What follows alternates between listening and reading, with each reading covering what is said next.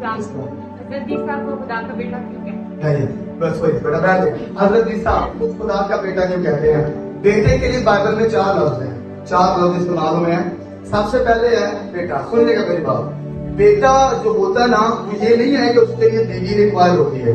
मेरी बात सुनिए, बेटे की सिर्फ बीवी रिक्वायर नहीं होती कि जैसे हम हैं और हम कहते हैं बीवी होगी फिर शादी हुई फिर बेटा होगा। सुने, जो फरीसी लोग थे ना, उनकी नस्ल को फरीसियों के बेटे कहा जाता था। उनके जवाब के लोगों अंबिया को अंबिया के बेटे कहा जाता था, अंबिया सादे कहा जाता था। आप समझ मेरी बात? लोग समझते कि शायद फिजिकली तौर पर हो तो फिर बेटा हो। बेटे के लिए 4 लफ्ज इस्तेमाल हुए।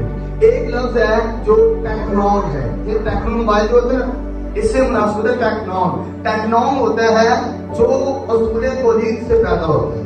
कैसे पैदा होता है बेटा? जैसे मर करो जैसे हम सारे पैदा होते हैं। एक है फरिश्ते खुदा के बेटे जो निस्बती है, और एक है हम सारे, जिसके बारे में लिखे जितनों ने उसे कबूल किया उसने खुदा के। मगर यीशु मसीह के लिए जो लफ्ज इस्तेमाल हुआ है, बाइबल की ये तालीम है, लम यलिद वलम यूलद, ना उससे तो पैदा हुआ ना उसने किसी को जन्म दिया। ठीक है, ये बात ये भी हम भी मानते हैं।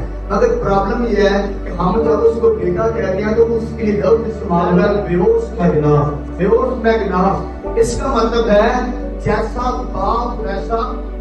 तक हमारा चैनल सब्सक्राइब नहीं किया तो अभी सब्सक्राइब करें और बेल आइकॉन को क्लिक करके हमारी लेटेस्ट वीडियोस के बारे में अपडेट जानें।